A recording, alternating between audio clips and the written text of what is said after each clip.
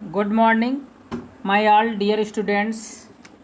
आज हम class 8 subjects maths chapter number first rotational number के विषय में आप लोगों को जानकारी देंगे।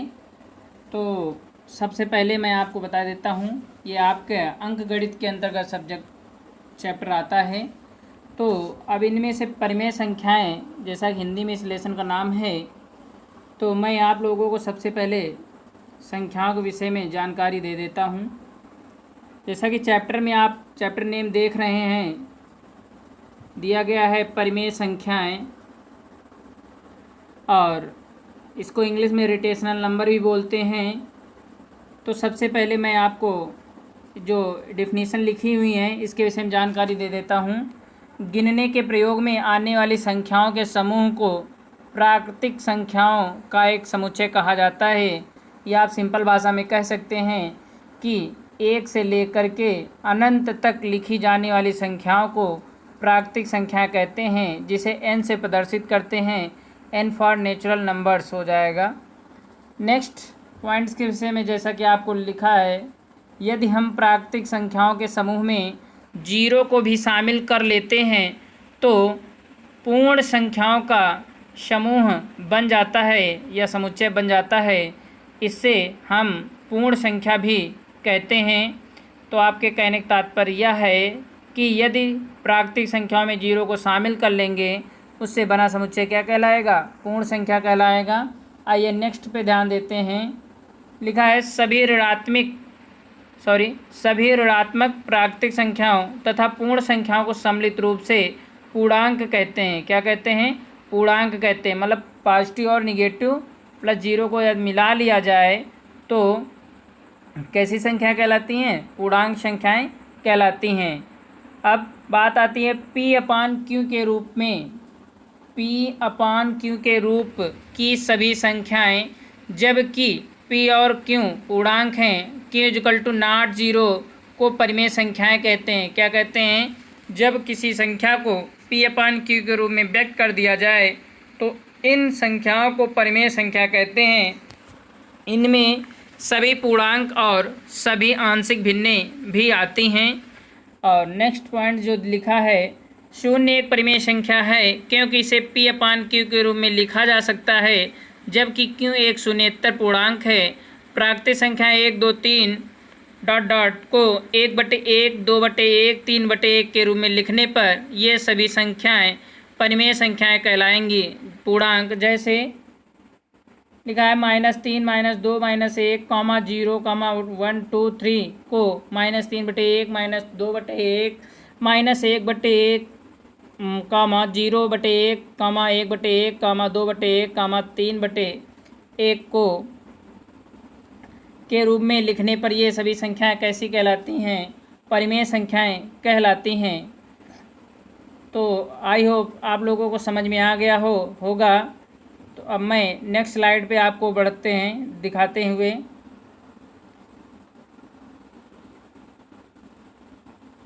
आपकी नेक्स्ट स्लाइड में दिया गया है, जैसा कि फर्स्ट देख रहे हैं आप पॉइंट, यहाँ पर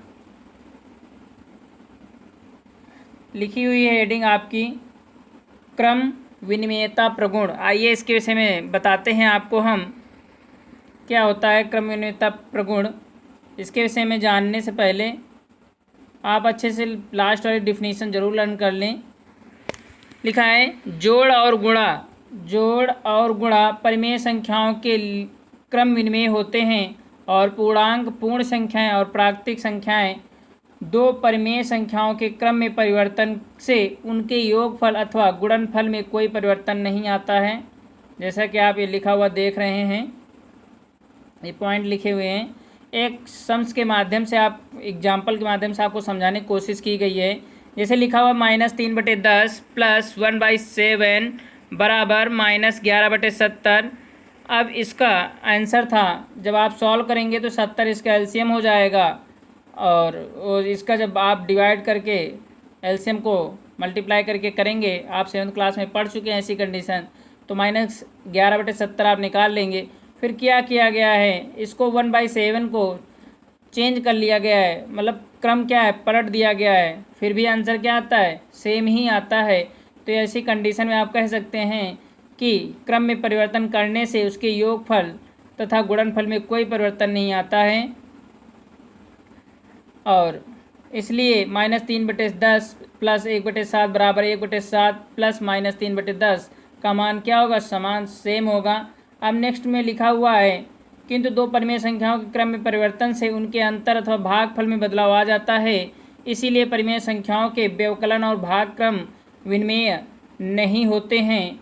ये दिया गया है पॉइंट, आप इसे ध्यान से देखें। 2/3 माइनस 5/4 बराबर 8 माइनस 15/12, 3 12, ये एलसीएम हो जाएगा 3 और 4 का। 8 कहाँ से आया, जब 3 से डिवाइड करेंगे 12 4 बार जाएगा, 4 में 2 से गुणा करेंगे तो 8 आएगा, और फिर 4 से डिवाइड करेंगे 12 को तो 3 आएगा, और 5 से गुणा करेंगे तो 15 आ जाएगा। तो इसलिए 8 माइनस 15/12, इसमें घटा देंगे तो माइनस का 7/12 बचेगा। अब इसमें नेक्स्ट में दिया गया 5/4 माइनस 2/3 दिया गया। अब इसका क्या है, क्रम परिवर्तित कर दिया गया है। इसका आंसर क्या हो जाएगा, अब 7/12 हो जाएगा, जो कि क्या है, अंतर आ गया, क्योंकि पहले आंसर हमारा काय में आया था माइनस में, और इस बार किस में आया है, पॉजिटिव में आया 7/12। इसलिए यह नियम क्या हो जाएगा, अंतर में लागू नहीं होता क्रम में। ठीक है, अब बात आती है साहचर्यता प्रगुण नियम क्या है। आइए इसके विषय में आपको बताता हूँ। जैसा कि आप पॉइंट में हेडिंग्स लिखी हुई है, तो क्या लिखा हुआ है, लिखा है जोड़ और गुणन परिमेय संख्याओं के लिए सहचारी होते हैं, और पूर्णांक पूर्ण संख्याएं और प्राकृतिक संख्याएं इत्यादि।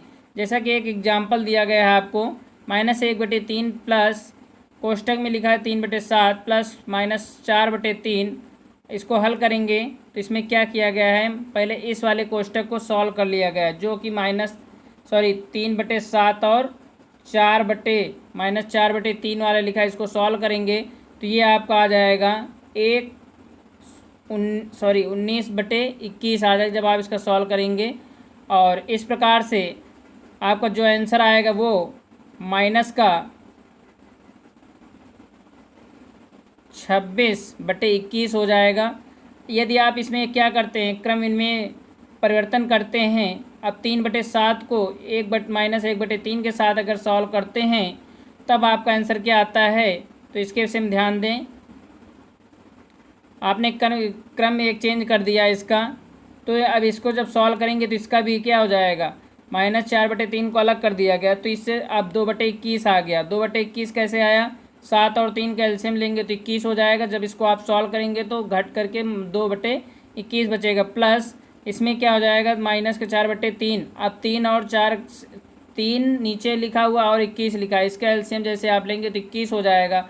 फिर आप इसको हल करेंगे तो ये जोड़ करके आपका आंसर जो आएगा सेम आ जाएगा जैसा कि ऊपर आया था, -26/21।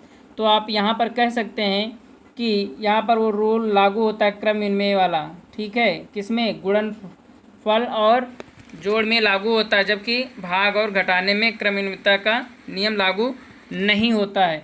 आइए एक नोट में पॉइंट दिया गया है, उसके विषय में आप ध्यान दें। क्या लिखा हुआ है, कह रहा है एक अकेले ऋणात्मक पद को कोष्टक में रखना सदैव अनिवार्य नहीं होता है, लेकिन 3 परिमेय संख्याओं के क्रम में परिवर्तन उनके अंतर अथवा भागफल को बदल देता है, इसलिए व्यवकलन और भाग परिमेय संख्याओं के लिए सहचारी नहीं होते हैं। तो आपको समझ में आ गया होगा पॉइंट। अब नेक्स्ट स्लाइड पे आपको लिखी है हेडिंग नंबर 1, उसके विषय में आप लोग समझें। हेडिंग नंबर 1 आपको दी गई है परिमेय संख्याओं के लिए योज्य तत्समक क्या है। आइए इसके विषय में ध्यान देते हैं। प्राकृतिक संख्याओं, पूर्ण संख्याओं और पूर्णांकों की तरह शून्य परिमेय संख्याओं के लिए भी योज्य तत्समक है। जब हम एक परिमेय संख्या में शून्य को जोड़ते हैं तो हमें फिर वहीं प्राप्त संख्या होती है -3/7 प्लस 0 करेंगे तो -3/7 ही आएगा, या आप 0 प्लस -3/7 करते तो भी आंसर क्या आएगा आपका, -3/7 ही आएगा। ये किस कंडीशन पे है, परिमेय संख्याओं के लिए योज्य तत्समक पर आधारित है। अब नेक्स्ट हेडिंग्स को जो दी गई है, आपकी दी गई परिमेय संख्याओं के लिए गुणात्मक तत्समक क्या है, इसके विषय में समझें। प्राकृतिक संख्याओं पूर्ण संख्याओं और पूर्णांकों की तरह एक परिमेय संख्याओं के लिए भी गुणात्मक तत्समक हैं। जब हम किसी परिमेय संख्या को 1 से गुणा करते हैं तो हमें स्वयं वही परिमेय संख्या प्राप्त होती है, अर्थात -5/7 इंटू 1 बराबर -5/7 ही आएगा, अथवा या इसमें 1 गुणे -5/7 करेंगे तो भी आंसर आपका क्या आएगा, -5/7 ही आएगा। अब नेक्स्ट हेडिंग जो दी गई है वो आपको दी गई है एक परिमेय संख्या का ऋणात्मक अथवा योज्य प्रतिलोम क्या होता है। आइए इसके विषय में हम आपको समझाते हैं। लिखा हुआ है, प्राकृतिक संख्याओं, पूर्ण संख्याओं और पूर्णांकों की तरह परिमेय संख्या का ऋणात्मक या योज्य प्रतिलोम वह परिमेय संख्या होती है जिसे हम इसमें परिमेय संख्या जोड़ा जाता है तो हमें 0 प्राप्त होता है। कहने का तात्पर्य है योज्य प्रतिलोम के लिए आपको ऐसी संख्या चूज करनी है जो दी गई संख्या को क्या कर दे, उसका योगफल क्या आ जाए, 0 आ जाए। क्या ऐसा आना चाहिए, 0 आ जाना चाहिए। मान लीजिए एक संख्या आपको -3/11 दी गई, इसमें ऐसी कौन सी संख्या जोड़ी जाए जो इसका योग करके क्या 0 आ जाए। तो प्लस का 3/11 ऐड करेंगे तो माइनस और प्लस कट जाएगा तो 0 आ जाएगा। अथवा आप ऐसे भी कह सकते हैं 3/11 प्लस -3/11 यदि करते हैं तो भी आपका 0 आ जाएगा। इसलिए इस प्रकार आप कह सकते हैं कि -3/11, 3/11 की ऋणात्मक अथवा योज्य प्रतिलोम होती है। और ये इसका एक और भी आंसर हो सकता है, 3/11, -3/11 की ऋणात्मक अथवा योज्य प्रतिलोम संख्याएं होती हैं। अब नेक्स्ट हेडिंग जो दी गई है उसके विषय में आप ध्यान दें। पॉइंट लिखा है, एक परिमेय संख्या का व्युत्क्रम अथवा गुणात्मक प्रतिलोम कैसे निकालते हैं।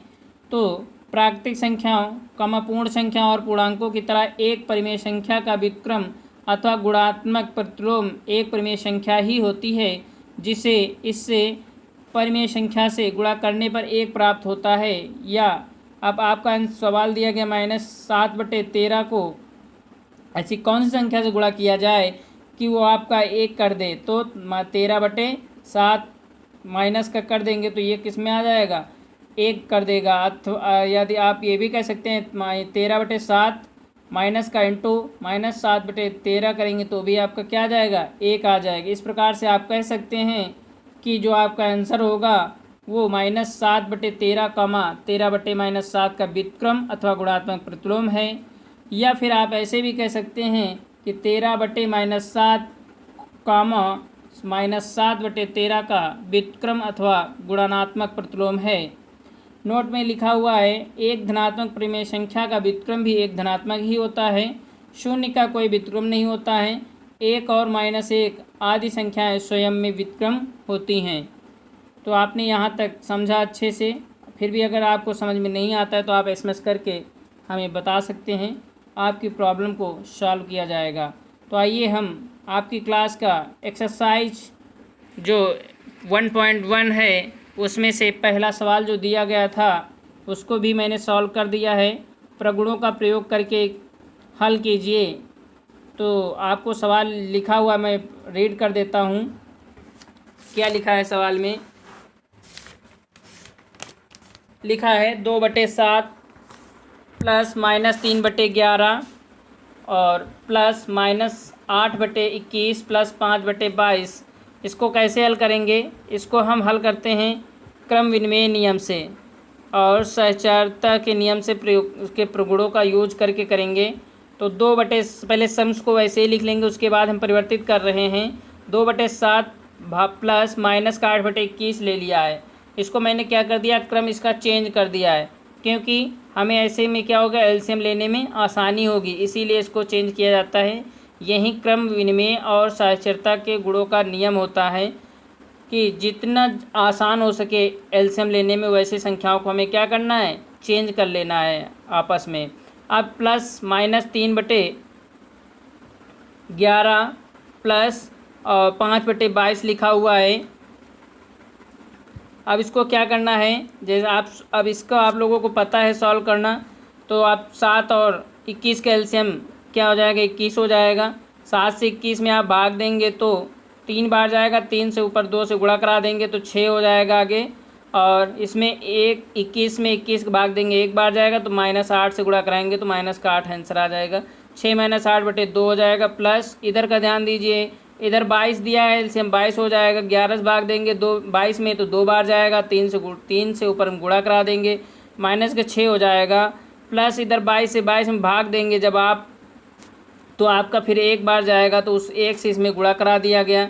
उसके बाद आपका बना 5 और इधर बना 6, -6 प्लस 5 का सॉल्व करेंगे तो -1 बटे 22 हो जाएगा। और इधर 8 माइनस का जो लिखा हुआ है 8 - 6 - 8 लिखा है, उसको आंसर करेंगे, हल करेंगे तो माइनस को 2 बटे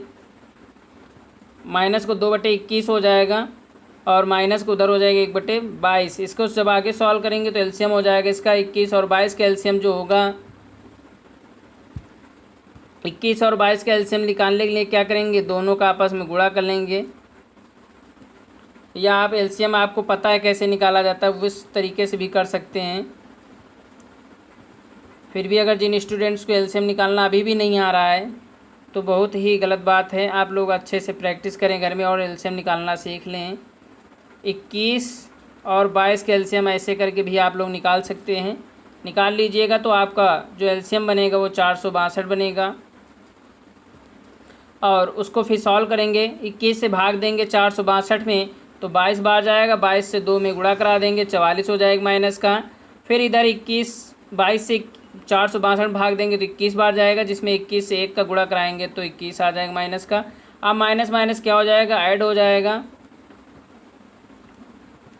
जब -44 और -21 को आप लोग ऐड करेंगे तो आपका आंसर जो हो जाएगा वो 65 आएगा, जो माइनस में ही। और एलसीएम जितने लिखा है उसको वैसे ही आप लिख दें, ये आपका आंसर हो जाएगा -65.462, मतलब 65 बटे 462 आंसर आ जाएगा माइनस का।